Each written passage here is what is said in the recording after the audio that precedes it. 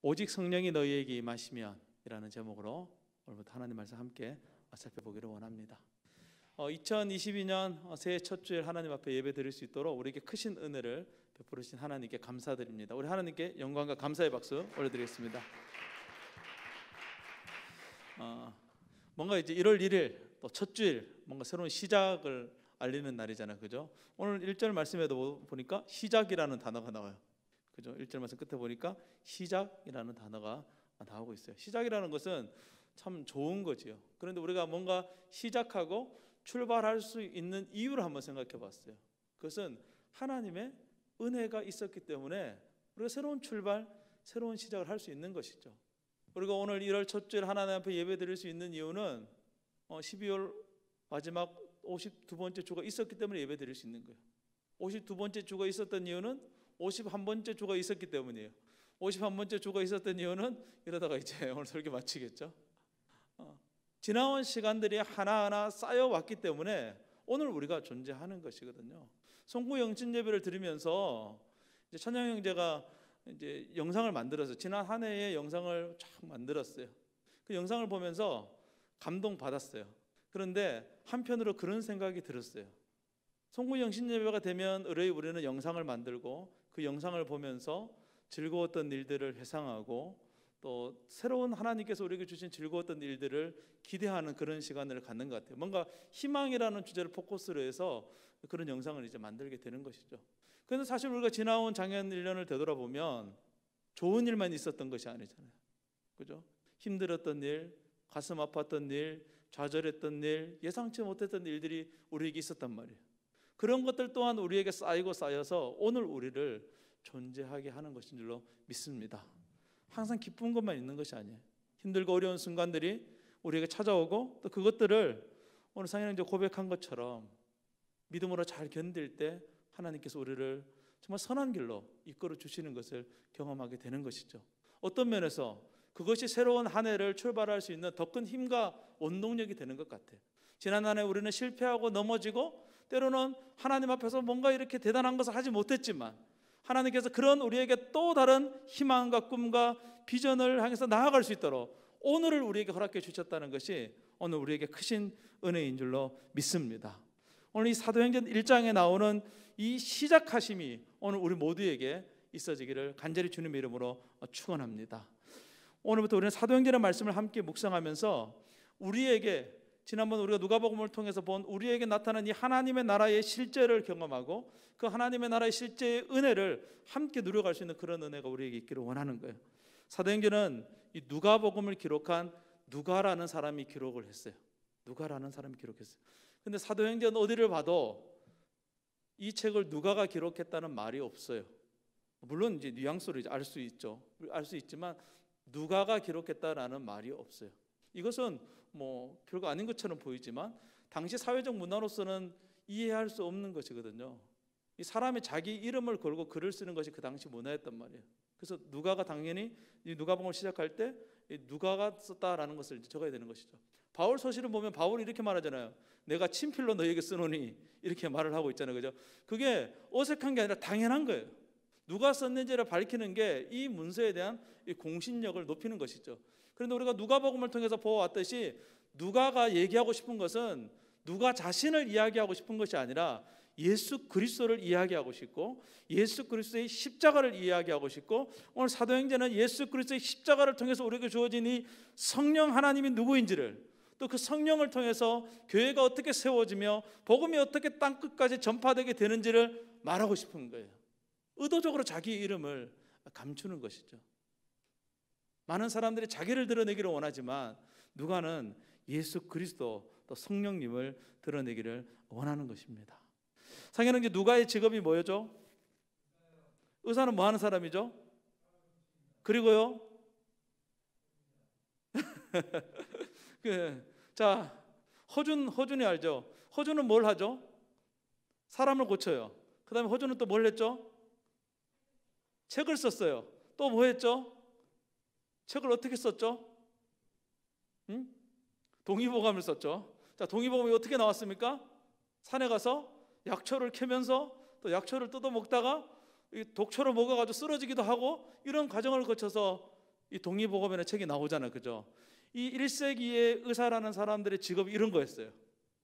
우리는 이제 21세기 살고 있으니까 의사하면 길목이 되게 좋은 상가에 적당한 높이에 있는 층수에 이제 좋은 이렇게 엄청나게 예쁜 조명과 이제 그런 시설들을 갖추고 있어 사람들이 오는 거잖아요, 그죠? 근데 1세기 의사들은 그런 의사들이 아니었단 말이에요. 1세기 의사들은 이 의사의 실력과 또 가문에 따라서 고칠 수 있는 사람이 정해져 있었어요. 탁월한 사람은 왕족, 귀족을 이렇게 치료하고, 그 밑에는 우리가 이제 뭐 영화도 있잖아, 스파르쿠타 같이 그런 사람들, 이렇게 뭔가 이렇게 싸우는 사람들, 이런 사람들 치료하는 의사가 있었어요. 그다음 핑민들을 치료하는 의사가 있고, 또 종들을 치료하는 의사가 따로 있었어요. 아무 병원에나 갈 수가 없는 거예요. 내가 수준에 맞는 그 병원에 가서 치료를 받을 수 있어야 되는 것이죠. 누가는 어떤 사람일까요, 민정 형제? 어떻게 알았지? 누가는 귀족을 치료하는 의사였어요. 왜냐하면 누가가 쓰고 있는 헬라어라든가 이런 것들을 볼 때에 그는 이 귀족을 치료하는 의사였어요. 귀족 정도를 치료하는 의사들이 하는 일이 무엇이냐면 여행을 다녀요. 의사는 이제 사람만 치료하는 게 아니란 말이에요. 여행을 다니면서 이제 좋은 약물들, 좋은 치료제를 구하러 다니는 거예요. 그러면서 기행문도 써요. 철학에 관련된 책들도 써요. 그러면서 사회 전반에 갇혀서 여러 가지 영향력을 끼치는 것이거든요. 하나님께서 왜 누가라는 사람을 이 복음서, 특별히 사도 바울의 복음 전도 여행에 동행하면서 이 사도행전을 기록하게 하셨는가? 그것은 그가 거기에 딱 맞는 사람이었기 때문에 그래요. 1세기에 여행을 하면서 거기 있는 다양한 일어난 일들을 세세하게 기록하고 세상에 알리기에 합당한 사람이 누가였다는 거예요. 그래서 하나님께서 이 누가라는 사람을 들어서 이 사도행전을 기록하게 하신 것이죠. 그래서 누가는 여러 가지로 있어서 탁월한 사람이었어요. 이 누가복음의 주제가 무엇이냐면 이 세상에 임한 하나님의 나라예요. 이 세상에 임한 하나님의 나라. 누가는 누가복음을 통해서 하나님의 나라가 이 세상에 임했다라고 말을 했어요. 하나님의 나라가 누구였어요? 예수님이 하나님의 나라죠. 예수님이 하나님의 나라예요. 예수 그리스도께서 이 땅 가운데 오심으로써 하나님의 통치가 이 세상 가운데 실현되게 되었다. 이 하나님의 통치가 곧 또 하나님의 나라잖아요. 복잡하죠, 그죠? 하나님의 나라라 그랬다가 예수님이라 그랬다가 하나님의 통치라 그랬다가 다른 말 같지만 같은 말이에요. 하나님의 나라, 예수 그리스도, 하나님의 통치와 다스림, 이것이 이제 같은 거예요. 그것이 이 땅 가운데 시작되어졌다는 것이죠. 죄악으로 인해서 병들고 무너지고 찢겨진 이 세상 가운데 하나님께서 친히 개입하심으로 말미암아 회복의 일들을 하나님께서 시작하시고 예수님께서 십자가 위에서 그 모든 것들을 완성하셨다라는 것이 누가복음의 메시지였어요. 누가복음 메시지예요. 그 누가복음 메시지 위에다가 오늘 누가는 이 사도행전의 말씀을 기록하고 있어요. 우리에게만 그 하나님의 나라가 어떻게 이 세상 가운데 역동적으로 나타나고 역사되어지는지를 말씀하고자 하는 것이죠. 앞으로 우리 사도행전을 통해서 하나님의 그 놀라운 역사하심을 보게 될 거예요. 그리고 오늘 우리 공동체가 그러한 하나님의 역사 가운데 함께 걸어가게 될 줄로 믿습니다. 오늘 말씀 크게 세 가지로 생각해 보기를 원하는데, 첫 번째는 오늘 말씀 1절 말씀 보니까 출발하라라고 이렇게 말씀하고 있어요. 우리 1절 말씀 다 같이 한번 읽어보겠습니다. 시작. 데오빌러여, 내가 먼저 쓴 글에는 무릇 예수께서 행하시며 가르치시기를 시작하심부터라고 말씀하고 있어요. 오늘 누가는 출발해야 된다는 메시지를 우리에게 보내고 있어요. 시작이라는 단어를 특별히 사용을 하고 있는 것이죠. 우리는 어디서부터 시작해야 될까요? 진호 형제, 우리는 어디서부터 도대체 시작해야 되는 걸까요? 처음부터 시작을 해야 된다. 그 처음은 어디죠? 예수 그리스도께서 이 땅에 오심부터 시작하는 거예요. 예수 그리스도께서 이 땅에 오심부터, 예수 그리스도 이 땅에 오셔서 행하심부터, 예수 그리스도께서 이 땅에 오셔서 말씀을 전하심부터, 십자가에서 그 모든 대속의 사역을 완성하심부터, 거기서부터 출발하는 거예요. 제자들은 아무 데서나 출발하면 되는 것이 아니에요. 구약 성경에서 출발하는 것이 아니에요. 예수 그리스도로부터 출발하라 이렇게 말하고 있는 거예요. 오늘 1절부터 오늘 14절까지 있는 내용이 무슨 내용이냐면 복음서에 있는 내용이에요. 누가복음에 있었던 내용이에요. 너희가 다른 것에도 출발하면 안 되고 하나님의 말씀, 그 하나님의 말씀 중에서도 복음서 위에서 너희 인생을 출발해야 된다는 것을 오늘 성경이 우리에게 가르쳐주고 있는 거예요. 누가는 그것을 말하고 싶은 것이거든요. 그러나 참 감사하게는 우리가 1월 1일부터 묵상하게 될 말씀이 요한 복음이란 말이에요. 누가는 복음에서부터 우리가 출발해야 된다. 우리 인생은 다른 것에서부터 출발하는 것이 아니라 복음에서부터 출발해야 된다, 이렇게 말하고 있는 것이죠. 그래서 누군가 이제 새로운 신자가 와서, 새로운 청년이 와서 교회 신앙생활을 처음 시작할 때 가장 먼저 읽어야 될 책은 복음서인 거예요. 예수 그리스도가 누구인지 그것을 소개하잖아요. 거기서부터 우리 인생이 새롭게 출발하는 거예요. 그러한 시작이 오늘 우리에게 있어야 된다라고 말씀하고 있는 것이죠.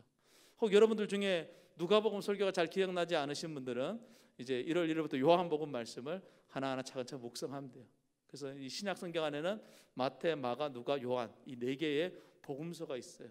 복음서가 있어요. 우리가 매일 성경을 통해서 큐티를 하면 이 복음서를 이렇게 적당히 띄워서 골고루 이렇게 주기적으로 읽게 되는 것이죠. 우리 인생은 끊임없이 복음에서부터 출발을 해야 되는 거예요. 뭔가 내가 새로운 시작을 하고 싶다. 그럴 때 예수 그리스도를 바라봐야 되는 거예요. 예수 그리스도를 가장 잘 나타내는 거, 모든 성경이 예수 그리스도를 나타내지만 예수 그리스도를 가장 잘 나타내는 것이 바로 복음서라는 것이죠. 그 복음서를 통해서 우리가 거기서부터 출발하면 되는 거예요. 그 다음 4절에서 8절 말씀 보니까 이렇게 말씀하고 있어요. 성령의 세례를 받으라 라고 말씀하고 있습니다. 4절 말씀 우리가 함께 읽겠습니다. 사도와 함께 모이사 그들에게 분부하여 이르시되 예루살렘을 떠나지 말고 내게 들은 바 아버지께서 약속하신 것을 기다리라. 요한은 물로 세례를 베풀었으나 너희는 몇 날이 못되어 성령으로 세례를 받으리라 하셨느니라.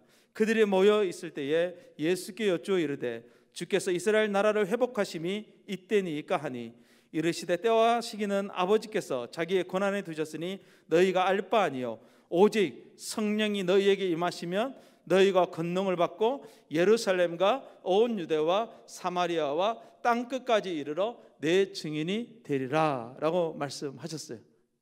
예수님께서 성령을 우리에게 보내주실 것이다. 물론 지금 우리는 성령을 받은 존재죠. 성령을 보내주실 것을 1세기 제자들에게 먼저 예고하고 계신 본문이 나오고 있어요.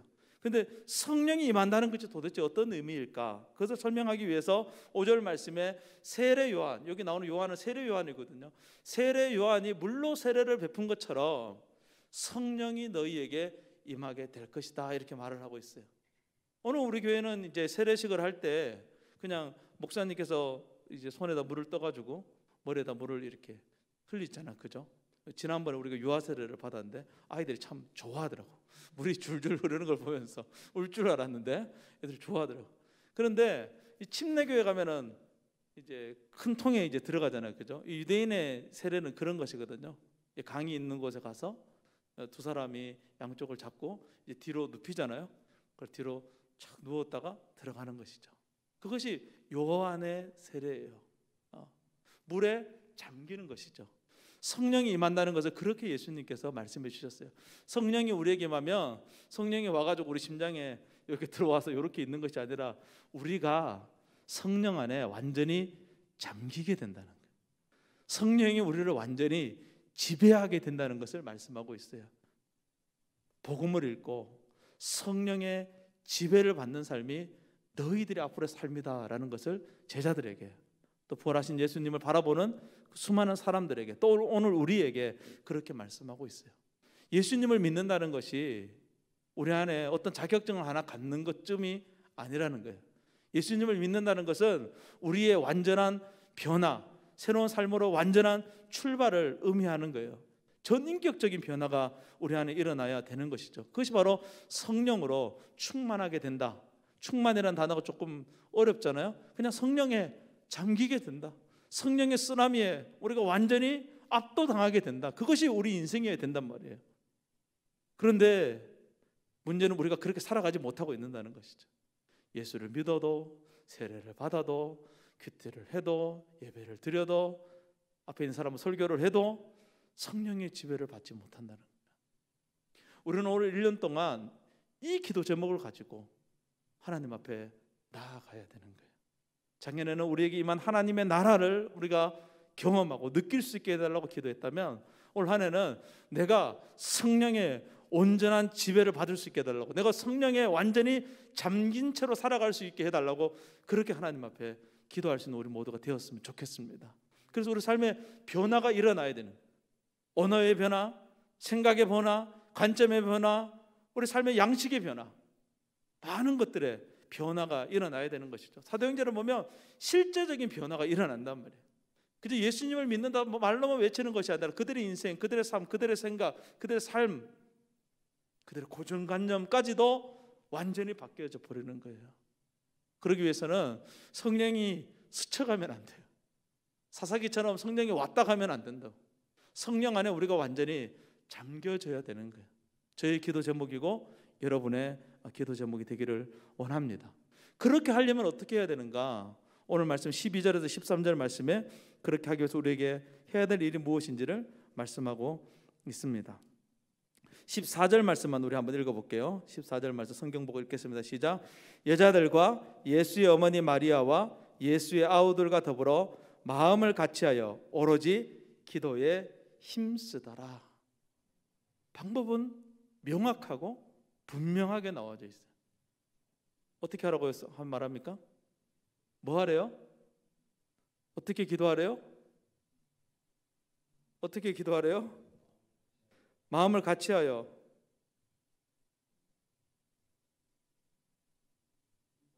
힘쓰라. 함께 기도해야 된다. 함께 기도는 비결이 여기 이제 있는 거예요. 우리가 믿음의 선한 싸움을 싸우며 나아가는 것, 우리가 믿음으로 신앙생활을 하는 것은 나 혼자서 하는 게 아니에요. 나 혼자서 하는 게. 오늘 우리 청년들이 열심히 모이고 또 함께 교제하고 이런 것들 우리가 좋아하잖아, 그죠? 여기에도 우리가 하나를 더 해야 되는 거예요. 함께 기도하는 것들이 필요한 거예요. 내가 보니까 진호 형제는 기도를 참 열심히 하는 것 같아. 우리 청년부에 진호 형제 같은 형제가 있어서 참 좋아. 회사에서 퇴근하면 교회 기도하러 와요. 밥 먹었냐 그러면 밥을 안 먹었대. 그럼 밥 먹으러 오는 것 같긴 한데 기도하러 와요. 이런 청년들이 있어 얼마나 좋아요. 그런데 거기에서 멈추면 안 되는 거예요. 나도 기도하는 사람이 되어야 되는 거예요. 너도 기도하는 사람이 돼. 우리도 기도하는 사람이에요.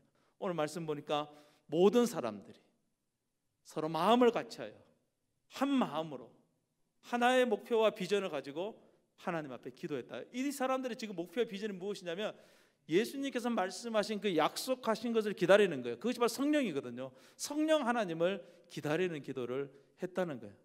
우리 공동체가 함께 이 기도를 해야 되는 거예요. 하나님, 우리가 예배할 때 우리 예배하는 것 가운데 성령의 임재를 허락해 주시옵소서. 그것이 우리 기도 제목이 되어져야 되는 거예요. 정말로 그 성령님 앞에 기도하면 성령님께서 그러한 역사를 이루어 주신단 말이에요. 단 한 명도 소외됨이 없어야 되는 것이죠. 단 한 명도 소외됨이 없어야 돼요. 그래서 올 1년 시간이 지나면 지날수록 성령에 대해서 더 민감해지고 성령의 다스림을 받아갈 수 있는 우리가 되어지기를 간절히 소망합니다. 그런데 그것은 로봇처럼 가만히 있는다고 되어지는 것이 아니에요. 오늘 보니까 사람들이 한 곳에 모였잖아요. 액션이 필요한 거예요. 내가 헌신을 해야 되는 것이죠. 오늘 우리가 예배드리러 오기 위해서 어제 우리는 어떻게 우리가 하루를 보냈는지를 점검해 봐야 되는 거예요. 예배에 집중하기 위해서 내가 하고 싶은 것들을 내려놓는 것들이 필요한 것이죠. 포기하는 것들이 필요한 거예요. 그래서 이 예배에 오롯이 내 모든 것들을 다 걸 수 있도록, 내가 기도하는 그 시간에 내 모든 것을 다 집중할 수 있도록 나를 만들어 가야 되는 것이죠. 가는 거는 내가 해야 되는 거예요. 그런데 와 있으면, 가면 하나님의 성령이 우리에게 충만하게 부어진다는 것이죠. 그 다음에 또 필요한 것은 무엇이냐면 성령이 우리에게 말씀하실 때, 하나님이 우리에게 뭔가 일하시고 원하신 것이 느껴질 때 즉시 액션으로 취하는 것이 필요하다고. 망설이지 말고 두려워하지 말고 그것들을 액션으로 취하는 것들이 우리에게 필요하다는 거예요. 그렇게 하다 보면 우리의 삶이 하나님이 원하는 삶으로 변화되어지게 되는 거예요. 사도행전의 말씀을 보면 성령께서 말씀하실 때 사람들이 망설이지 않아요. 그렇게 해요. 순종해요. 정말 단순하잖아요. 정말 단순하잖아요. 근데 우리는 종종 이렇게 말하죠. 하나님이 나타나면 내가 그렇게 할 텐데. 하나님이 말씀에도 하지 않는 사람은 하나님이 나타나도 안 해요. 그러나 하나님을 경외하는 사람은 하나님이 나타나지 않아도 그것이 하나님의 뜻인 줄 알면 거기에 순종하는 거예요. 순종하는 거예요. 그래서 큰 것부터 되어지는 것이 아니라 아주 작은 것부터 시작되어지는 것이거든요. 우리가 성경을 읽고 또 우리가 예배를 드리고 우리가 목장 모임으로 모이면서 하나님께서 우리에게 주시는 그 메시지를 하나하나 순종하고 우리의 것으로 채워갈 때 우리의 삶에 놀라운 변화가 일어나게 되는 줄로 믿습니다. 올 한 해 그러한 열망과 갈망을 가지고 믿음으로 나아가는 우리 모두가 될 수 있기를 주님의 이름으로 축원합니다.